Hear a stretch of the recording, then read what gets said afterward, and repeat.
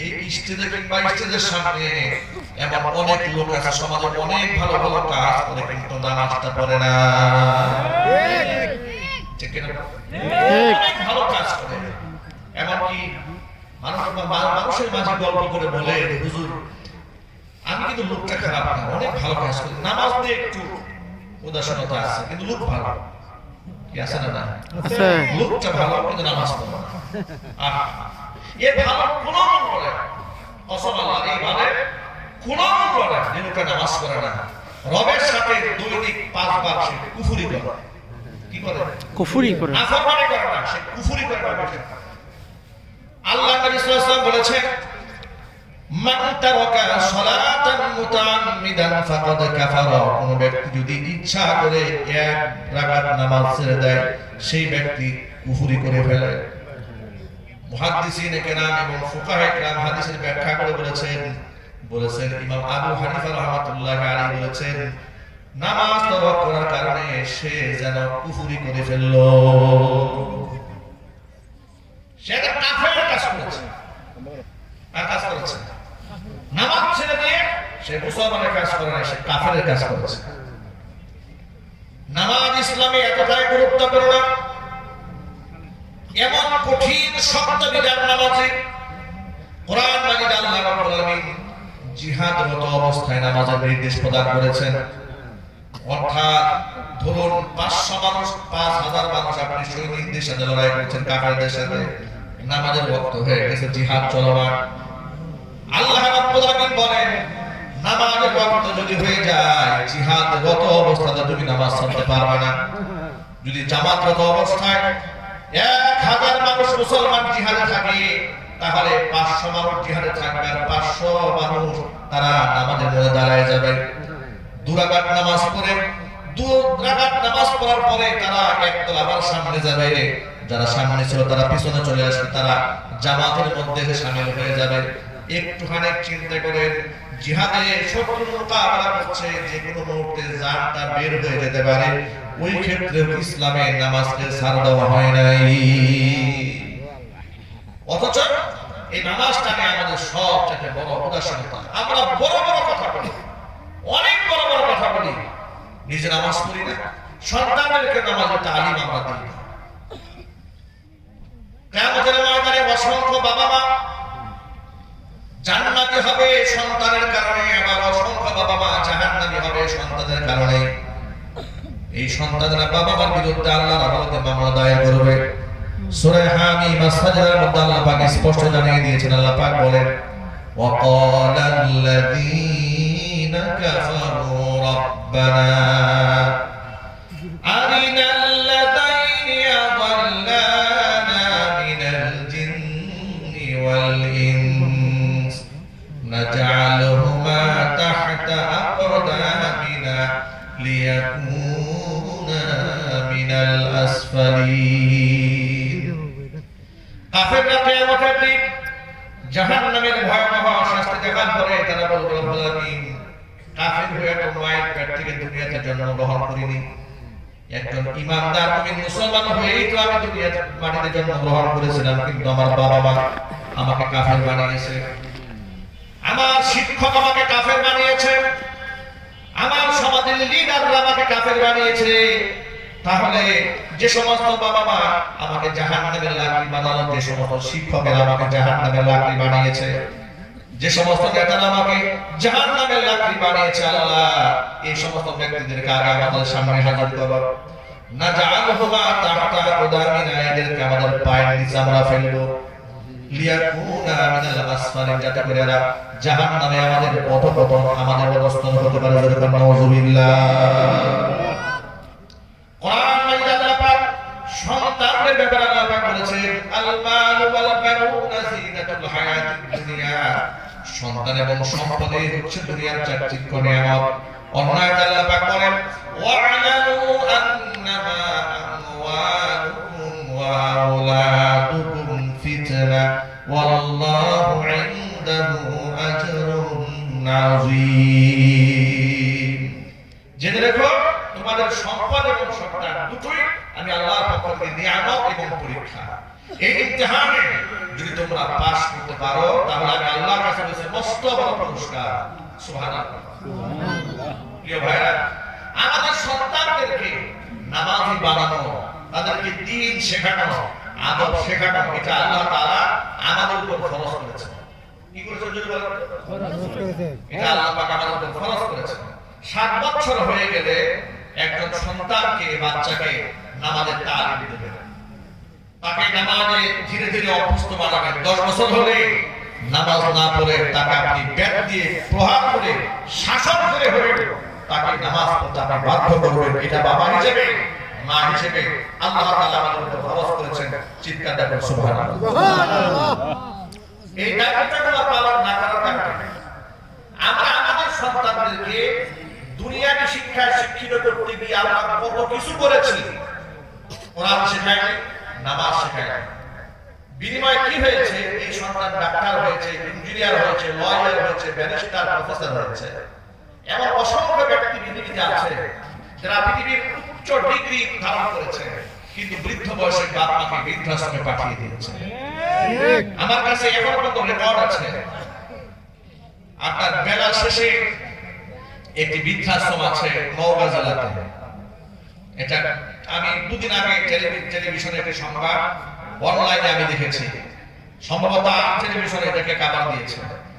বেলা শেষে বৃদ্ধাশ্রমে এক বৃদ্ধার গল্প, যিনি সেই বৃদ্ধাশ্রমের প্রতিষ্ঠাতা একজন নারী, তিনি শোনালেন। তিনি বললেন 2 ছেলেকে এক বৃদ্ধা মা ডাক্তার বানিয়েছে। 2 ছেলে বিদেশে থাকে। এই বৃদ্ধা মায়ের খোঁজ খবর নেওয়ার কোনো লোক নাই। বৃদ্ধাশ্রমে তিনি তার দেখাশোনা করেন। একেবারে মৃত্যু সজ্জায় মা যখন শায়িত, তখন ছেলেদের সাথে যোগাযোগ করা হলো। ছেলেরা জীবনের শেষবারের মতো বিদেশ থেকে এসে, তার ডাক্তার 2 ছেলে এসে প্রথম মায়ের সাথে যে আচরণটা করেছেন, মা প্যারালাইজ হয়ে গেছে, পক্ষাঘাত হয়ে গেছে। উনি বলছেন, তিনি এই বৃদ্ধাশ্রমের দায়িত্বে যিনি আছেন, তিনি বলছেন যে সন্তানরা এসে দেখলাম অসুস্থ মায়ের হাত থেকে ফিঙ্গারপ্রিন্ট নিচ্ছে। ফিঙ্গারপ্রিন্ট নিয়ে মায়ের নামে যে সমস্ত স্থাবর অস্থাবর সম্পদ আছে সব লিখে দিল। লিখে নেওয়ার পরে বৃদ্ধাশ্রমের দায়িত্বরত নারীকে বলছে যে আপনি আমার মাকে নিজের মায়ের মতো একটু দেখাশোনা করেন। আমরা তো সময়ের অভাবে খেদমত করতে পারছি না, বিদেশ যাচ্ছি, বিদেশ গিয়ে তার ভরণ পোষণের যত টাকা পয়সা লাগে সব আমরা দেবো। এই কথা বলে বৃদ্ধা মাকে ফেলে সন্তানদ্বয় বিদেশ চলে গেল। উনি বলছেন বিদেশ যাওয়ার পরে জীবনের জন্য একটি দিন ফোন দিয়ে জিজ্ঞেস করে মা বেঁচে আছে না মরে গেছে। এটা হচ্ছে পৃথিবীর বাস্তবতা। তাহলে এটা কেন হয়েছে? এটা আমাদের নিজেদের হাতের কামাই। এটা আমরা ভুল করেছি। আমরা আমাদের সন্তানদের কোরআন শিক্ষা দিতে পারি না, নামাজ শিক্ষা দিতে পারি না। যদি আমাদের সন্তানকে আমরা কোরআন সুন্নাহর আদর্শ আদর্শবান বানাতাম, আমাদের সন্তান মাস্তান হতো না, ডাকাত হতো না, খুনি হতো না, মাদক সেবী হতো না, মাদক ব্যবসায়ী হতো না, মদ্যপানকারী হতো না, জুয়ারি হতো না, টেন্ডারবাজ হতো না। আজকে আমাদের সন্তানদেরকে নিয়ে কারো কাছে আমাদের বিচার দেওয়ার প্রয়োজন হতো না। আমাদের সন্তানরা আমাদের চোখের শীতলতা হয়ে যেত। আমি যদি পছন্দ করে বলি তাহলে আমাকে কাফারা দিতে হবে না। আমি আমার সকল ভাইদের উদ্দেশ্যে বলছি, মায়েদের উদ্দেশ্যে বলছি, বর্তমান সমাজের মধ্যে আপনি দেখবেন ছোট ছোট বাচ্চারা ধূমপান করছে, স্কুলের বাচ্চারা ইয়াবা সেবন করছে। এমনকি এমন অনেক গার্জিয়ান আছে যারা সন্তানদেরকে হাই স্কুলে পাঠাবার পরে তারা মাদক সেবন পর্যন্ত করছে। জোরে কোন নাউজুবিল্লাহ। কোরআনের নূর থেকে মানুষ যখন সরে যায় তখন তার মধ্যে মনুষ্যত্ব বাকি থাকে না। এইজন্য নবী করিম সাল্লাল্লাহু আলাইহি ওয়াসাল্লাম বলেছেন আল কুরআন দিনান লা ফাতারা বাদা। কোরআন এমন একটা সম্পদের নাম, এটা অর্জিত হলে ব্যক্তি ধনী হয়ে যায়। ওলা দিনান দুনাহু, কোরআন ছাড়া কোনো ব্যক্তি ধনী হতে পারে না। পৃথিবীতে সব আছে, তার মধ্যে কোরআন নাই। হুজুর বলেছেন সে নিঃস্ব অসহায়। আর যার মধ্যে কোরআন আছে, পৃথিবীর কোনো সম্পদ যদি নাও থাকে, সে পৃথিবীর শ্রেষ্ঠতম ধনী। চিল্লায় বলেন আল্লাহু আকবার। কোরআনময় জীবন যারা গড়ে তাদের সম্মান আল্লাহ তাআলা আকাশ থেকে বানিয়ে দেন। নবী করিম সাল্লাল্লাহু আলাইহি ওয়াসাল্লাম বলেছেন আল মাহিদু বিল কুরআনি মা'আস সাফাওয়াতিল কিরামিল বাররা। যে সমস্ত ব্যক্তিরা বিশুদ্ধভাবে দক্ষতার সাথে কোরআন তেলাওয়াত করতে পারে, তাদের মর্যাদা আল্লাহ রাব্বুল আলামিনের কাছে নৈকট্য প্রাপ্ত ফেরেশতা সমতুল্য।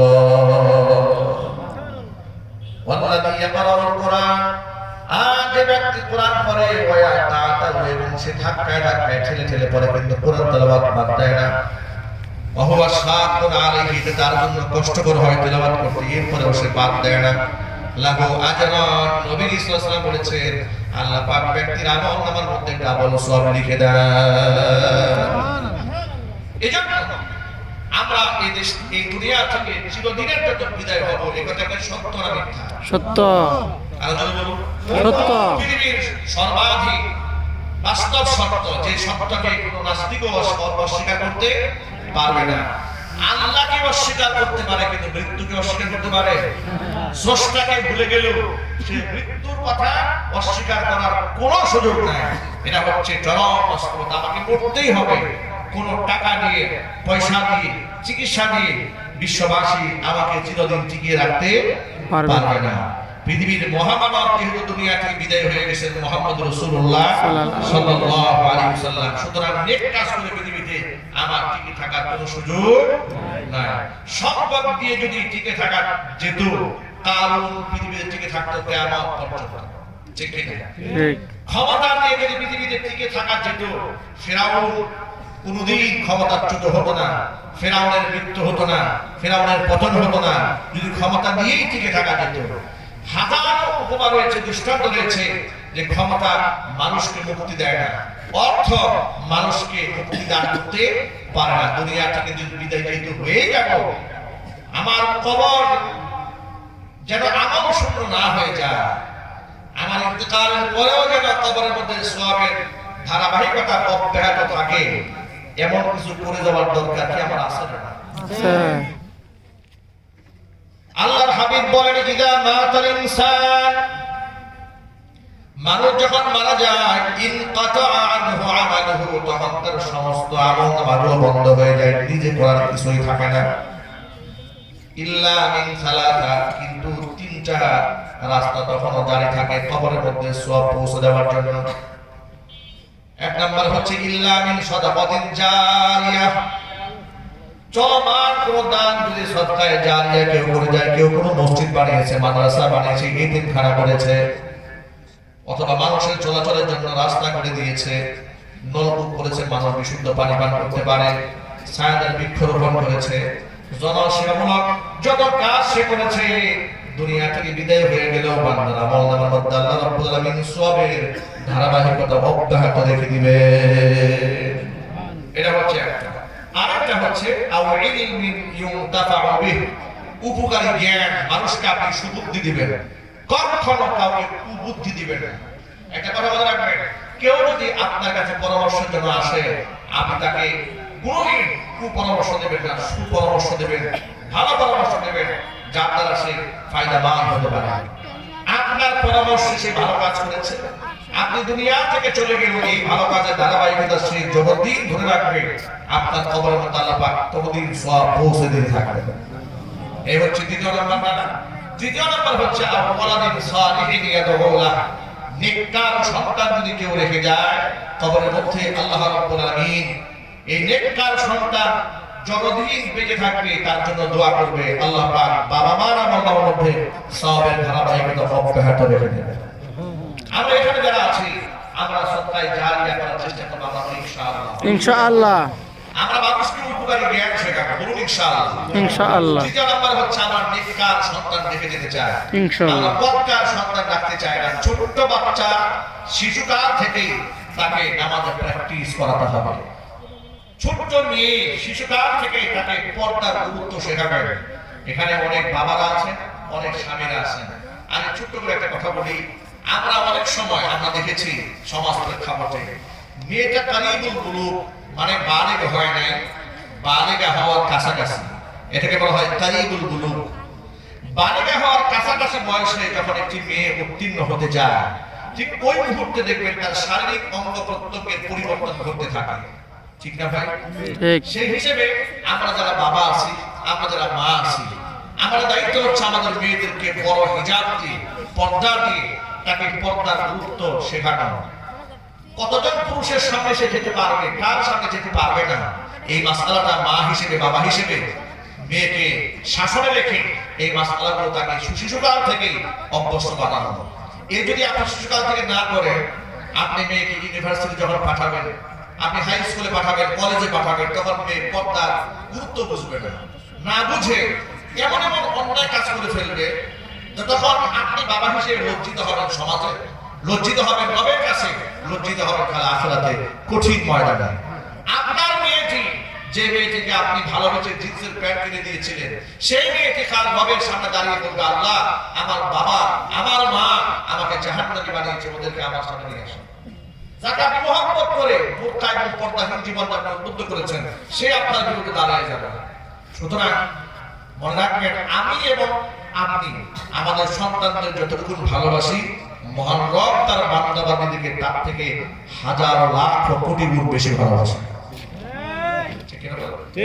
আল্লাহ তার বান্দাবান্দীকে যতটা ভালোবাসেন, আমরা মানুষ হয়ে কি মানুষকে এতটুকু ভালোবাসতে পারি কোনোদিন? এটা সম্ভব? আমাদের ভালোবাসা টিকে থাকে যতদিন, স্বার্থ থাকে যতদিন। কথা বলে স্বার্থ বিনষ্ট হয়ে গেলে ভালোবাসা শেষ। কিন্তু রবের কি স্বার্থ থাকে? সুবহানাল্লাহ। সুতরাং আমরা আমাদের সন্তানদেরকে নামাজি বানাবো, যদি বলেন ইনশাআল্লাহ। ইনশাআল্লাহ। মুহাম্মদুর রাসূলুল্লাহ সাল্লাল্লাহু আলাইহি ওয়াসাল্লাম উম্মতের জন্য এতটা দরদি ছিলেন। কোরআন বলেছে, লাকাদ জাআকুম রাসূলুম মিন আনফুসিকুম আজিজুন আলাইহি মা আনিতুম হারিসুন আলাইকুম বিল মুমিনিনা রাউফুর রহিম। নিশ্চয় তোমাদের মধ্য থেকে এসেছে তোমাদের মাঝে এমন একজন রাসূল, আজিজুন আলাইহি মা আনিতুম, তোমরা কষ্ট পেলে তোমাদের কষ্টে তিনি সবচেয়ে বেশি বেঁধে হন। হারিসুন আলাইকুম আই আলা হিদায়াতিকুম, যিনি তোমাদের হেদায়েতের জন্য বড় আকাঙ্ক্ষা পেশ করেন। বিল মুমিনিনা রাউফুর রহিম, ঈমানদারদের জন্য যিনি পরম দয়ালু, বড় উদার, যত ভালোবাসা অন্তরের মধ্যে লালন করেন, তিনি হচ্ছেন আমার আপনার কলিজার টুকরা নবী, বিশ্ব নবী মুহাম্মদুর রাসূলুল্লাহ সাল্লাল্লাহু আলাইহি ওয়াসাল্লাম। ইন্তেকালের সময় আল্লাহর নবী রাহমাতুল লিল আলামিন উম্মতকে সর্বশেষ যে কথাটি বলে দুনিয়া থেকে বিদায় হয়েছেন, আল্লাহর নবী বলেছেন, আসসালাত ইয়া উম্মতি আসসালাত ওয়া মা মালাকাত আইমানুকুম। উম্মতেরা খবরদার, নামাজ ছেড়ে দিও না, নামাজ ছেড়ে দিও না, নামাজ ছেড়ে দিও না। নামাজ এতটা গুরুত্বপূর্ণ। নামাজের ব্যাপারে আল্লাহ নবী দুনিয়া থেকে বিদায় হওয়ার সময় সর্বশেষ নসিহত উম্মতের জন্য, উম্মতেরা কোনো ক্রমে কোনো অজুহাতে তোমরা নামাজটা বাদ দিও না। নামাজ একজন মুসলমানের আইডি কার্ড, আইডেন্টিটি, জাতিসত্তা, এটা জাতীয় পরিচয় পত্র। চিল্লাইয়া সুবহানাল্লাহ। নামাজ পড়ে সে মুসলমান, নামাজ পড়ে না সাহাবায়ে বলেন টাকা আমরা মুসলমান মনে করতাম না। একজন সাহাবী রাসূলকে ওযুর পানি এগিয়ে দিলেন শেষ রাতে। হুজুর খুব খুশি হলেন তার খেদমত করে। রাবিআ রাদিয়াল্লাহু তাআলা আনহু নবীজি বললেন, সাহাবী তুমি আজকে আমার কাছে যা চাবে আমি তোমার সেই চাওয়াটা পূরণ করব ইনশাআল্লাহ। তুমি তোমার খেদমতে আমি তোমার খুশি হয়েছি। সাহাবী এমন একটা জিনিস চেয়ে বসলেন, আমি যতবার এই হাদিসটা বলেছি, যতবার পড়েছি, যতবার মানুষের সামনে বলেছি, আমার ততবারই অবাক লেগেছে যে এই কথাটা কেমনে বলবেন। আল্লাহ নবী তাকে অফার করলেন, আজকে তুমি যা চাবে তোমাকে তাই দেওয়া হবে।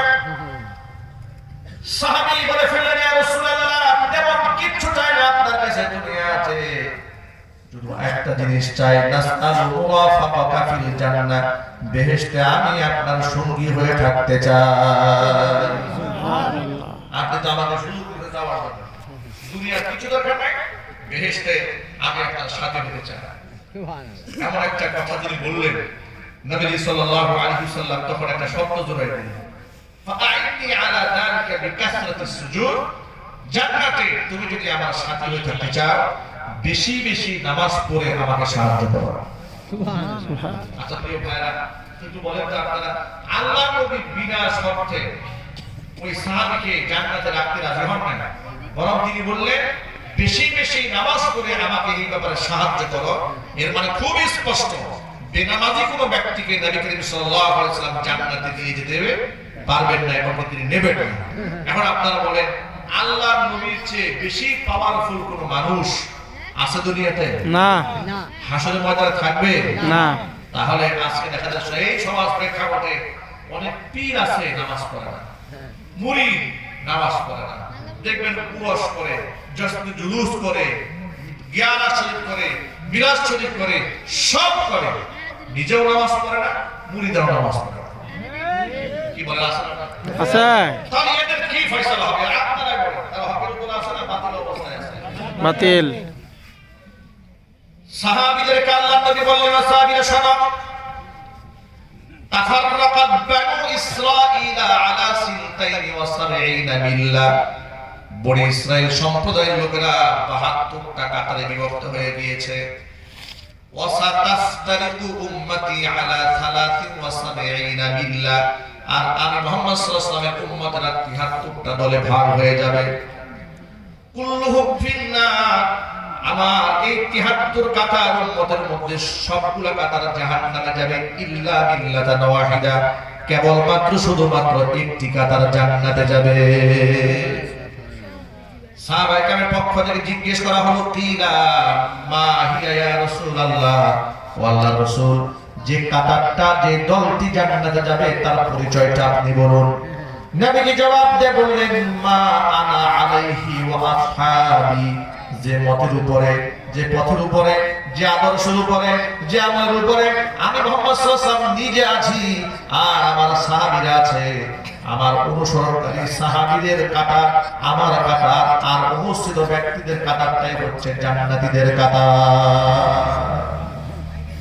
এখন আপনারা বলেন আল্লাহর নবী জীবনে নামাজ বাদ দিয়েছেন?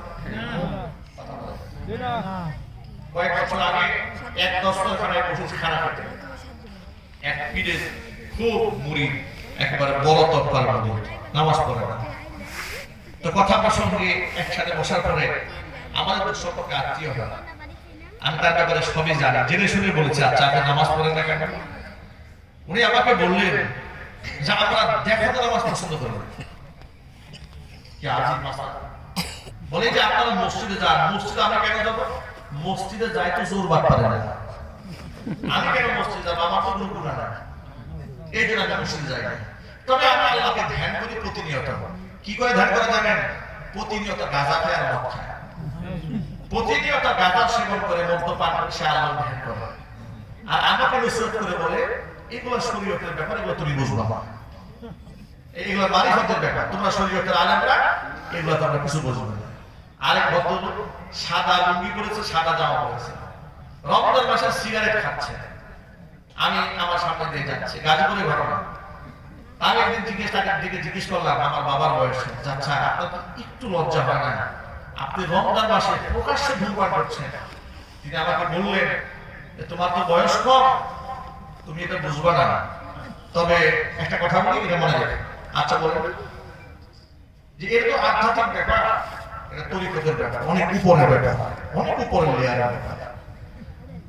আত্মাকে কষ্ট দিয়ে রোজা রাখা যায়? কি একটা ফতোয়া, কি সুন্দর বলে, তুমি এটা বুঝবে না, এটা আধ্যাত্মিক ব্যাপার, এটা যারা দরবেশ পীর ফকির দেখে যাওয়া আসা করে তারা বুঝে। আত্মাকে তুমি কষ্ট দিয়ে রোজা রাখতে পারবে না, এর কোনো সুযোগ নেই। হতবাক হয়ে তাকায় আছে পৃথিবীতে কত প্রকার মানুষ তুমি বানিয়েছে। আচ্ছা আপনাদেরকে ছোট্ট করে একটা কথা বলি, এই যে সকালবেলা, এই যে শীতের রাতে আমরা ফজরে ওযু করি, কি আরাম লাগে না কষ্ট লাগে? কষ্ট লাগে। একটু জোরে বলেন, কষ্ট, নিশ্চয়ই কষ্ট লাগে। এরপরেও নামাজিরা কি নামাজ বাদ দেয়? না। আর জোরে বলেন, না, নামাজিরা নামাজ বাদ দেয় না। আবু দাউদ শরীফের হাদিসে এসেছে, শীতের রাতে বান্দা যখন ফজরে ওযু করতে থাকে, এই দৃশ্যটা দেখে আল্লাহ তাআলা এমন ভাবে হাসতে থাকে, আল্লাহর হাসিতে আরশ তখন কাঁপতে থাকে। সুবহানাল্লাহ। তাহলে আপনি কি বললেন আপনাকে কষ্ট দেওয়া যাবে না? তাহলে তো আত্মাকে কষ্ট দিয়ে ওযু করতেছে, আল্লাহ তো রব তাআলা আমাদের সন্তুষ্ট হয়ে যাচ্ছে। আল্লাহ নবী সাল্লাল্লাহু আলাইহি ওয়াসাল্লাম বলেছেন ফাআইনি আলা যালিকা বিকাসরাতিস সুজুদ, যদি জান্নাতে আমার সাথে তুমি থাকতে চাও বেশি বেশি নামাজ পড়া মানে সহযোগিতা করো। এর মানে খুব স্পষ্ট কথা, একটা বেনামাজি ব্যক্তি জান্নাতে যেতে পারবে না। কোরআন শরীফে আল্লাহ তাআলা স্পষ্ট জানিয়ে দিয়েছেন, জাহান্নামীদেরকে জিজ্ঞেস করা হবে মা সালাকাকুম ফি সাকার, জিজ্ঞেস করা হবে জাহান্নামে কেন এলেন। তারা যতগুলো জবাব দেবে এর মধ্যে এক নাম্বার জবাব হচ্ছে ক্বালু লাম নাকু মিনাল মুসাল্লিন। এক নাম্বার কারণ পৃথিবীতে আমরা নামাজ পড়ি। তাহলে আপনারা একটু জুড়ে বলেন, কোরআনের আয়াত অনুযায়ী বেনামাজিরা জান্নাতে না জাহান্নামে? আওয়াজ করে সবাই বলেন জাহান্নামে। চিন্তা করতে নামাজ তো পড়ি না, জাহান্নামে বলে কি আবার সাক্ষী হয়ে গেল? আপনি সাক্ষী হলেও জাহান্নামে হবে, নামাজ না পড়লে সাক্ষ্য না দিলেও জাহান্নামে হবে। কোরআনে কারিমের বক্তব্য অনুযায়ী আপনাদের কি মনে হলো, বেনামাজিরা জান্নাতি না জাহান্নামে? জাহান্নামে। এই ফতোয়া কোন হুজুর দিয়েছে নাকি আল্লাহ দিয়েছে? আল্লাহ দিয়েছে। আল্লাহ স্পষ্ট লিখে দিয়েছে বেনামাজিরা জাহান্নামে যাবে। সুতরাং আমরা কি জাহান্নামে যেতে চাই? না। আর জোরে বলেন না। জাহান্নামের আগুনে আমরা কেমনে যেতে চাবো বলেন? রাহমাতুল লিল আলামিন সকালবেলা 7 বার আল্লাহুম্মা আজিরনা মিনান নার, আল্লাহুম্মা আজিরনা মিনান নার, আল্লাহুম্মা আজিরনা মিনান নার, আল্লাহুম্মা আজিরনা মিনান নার, আল্লাহুম্মা আজিরনা মিনান নার, আল্লাহুম্মা আজিরনা মিনান নার, আল্লাহুম্মা আজিরনা মিনান নার। যে নবীজির অদ্যাপান্ত জিন্দেগীর কোনো গুনাহ নাই, বেগুনাহ মাসুম, আল্লাহর কাছে জাহান্নামের আগুন থেকে তিনি পানাহ চাচ্ছেন। দৈনিক 70 বার থেকে 100 বার আল্লাহর কাছে ইস্তিগফার পাঠ করছেন আর জাহান্নামের আগুন থেকে পানাহ চাচ্ছেন। জোরে করে আল্লাহু আকবার। সূরা মুলকের মধ্যে আল্লাহ স্পষ্ট বর্ণনা করে দিয়েছেন, বান্দারা সাবধান হয়ে যায় জাহান্নামের আগুন থেকে। তাকাদু তামাইয়াযু মিনাল গায়য কুল্লামা উলকিয়া ফিহা ফাওজুন সাআলাহুম খাযানাতুহা আলাম ইয়াতিকুম নাযীর। জাহান্নামীদেরকে দেখে জাহান্নামের আগুন তর্জন গর্জন মারতে থাকবে ভয়ঙ্কর ভাবে। যখনই একদলকে জাহান্নামে নিক্ষেপ করা হবে, জাহান্নামের দারওয়ানা প্রহরী বলবে আলাম ইয়াতিকুম নাযীর, তোমাদেরকে সতর্ককারী কেউ কি আসে নাই তোমাদের কাছে? তারা বলবে ক্বালু বালা ক্বাদ জাআনা নাযীর, আসছিল তো আমাদের কাছে, নবীরা এসেছে, রাসূলরা এসেছিল, কিন্তু আমরা মূল্যায়ন করি নাই। আলেমরা বারবার বলেছে নামাজের কথা, বারবার বলে দিয়েছে নামাজ না পড়লে ঈমান থাকে না, নামাজ না পড়লে ইসলাম থাকে না। আল্লাহর কসম, আল্লাহর কসম, যদি আপনি জীবদ্দশায় নামাজ না পড়েন, ইন্তেকালের পরে যদি আপনাকে শুয়াই রেখে শত শত হাফেজ কোরআন নাযিলের পাশে বসে বসে সূরা ইয়াসিন তেলাওয়াত করে, কসম আল্লাহর, এই তেলাওয়াতে আপনার কোনো ফায়দা হবে না। ঠিক না বলেন? যদি আপনি নামাজ না পড়েন তাহলে আপনার ইন্তেকালের পরে আলেমরা দোয়া করলে এই দোয়াতে কোনো ফায়দা হবে না। এইজন্য আমরা এখানে যারা আছি জাহান্নামের আগুন আমরা পড়তে চাই না, আমরা জান্নাতে যেতে চাই। আল্লাহ যেন কবুল করে, জোরে করে আমিন। আমিন। নামাজ কয় ওয়াক্ত ভাই? 5 ওয়াক্ত। জোরে বল কয় ওয়াক্ত? 5 ওয়াক্ত। আমি অন্য কোনো ব্যাপারে আসার কথা বললাম না। আজকে সুদ, ঘুষ, জিনা, ব্যভিচার, দুর্নীতি, করাপশন, এই সমস্ত সাবজেক্ট নিয়ে আমার কোনো কথা নাই। কথা একটাই, আমাকে নামাজ ঠিক করতে হবে। ইন্নাস সালাতা তানহা আনিল ফাহশাই ওয়াল মুনকার। যদি আমার নামাজ ঠিক হয়ে যায়, গোটা দুনিয়া ঠিক হয়ে যাবে। ঠিক। ঠিক না বলেন? ঠিক। যদি আমি একমাত্র আল্লাহর জন্য প্রকৃত অর্থে নামাজি হয়ে যায়, পৃথিবীর কোনো অপকর্ম আমাকে স্পর্শ করতে পারবে না। আর যদি অপকর্ম করে, স্পর্শ করে, নামাজও পড়ি, বোঝা যাচ্ছে নামাজের হক আদায় হচ্ছে না, নামাজ সঠিকভাবে আদায় হচ্ছে না। সুতরাং কোরআন বলেছে নিশ্চয়ই ইন্নাস সালাতা তানহা আনিল ফাহশাই ওয়াল মুনকার। যেহেতু নামাজ মানুষের সব ধরনের অন্যায় থেকে বাঁচিয়ে দেয়, নামাজ আমার আইডেন্টিটি, নামাজ আমার জাতিসত্তা, নামাজ আমার পরিচয়, নামাজ আমার জীবন। নামাজ নিয়ে বাঁচতে চাই, নামাজ নিয়েই মরতে চাই, নামাজি বান্দা হিসেবে রবের সামনে দাঁড়াতে চাই। রাজি আছেন কারা কারা? তো হাত দেখতে চাই।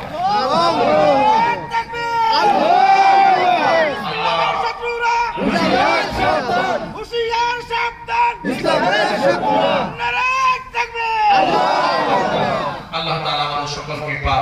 নামাজি বানায় দেন। আমিন। আল্লাহ আমার মা বোনদেরকে নামাজি বানান।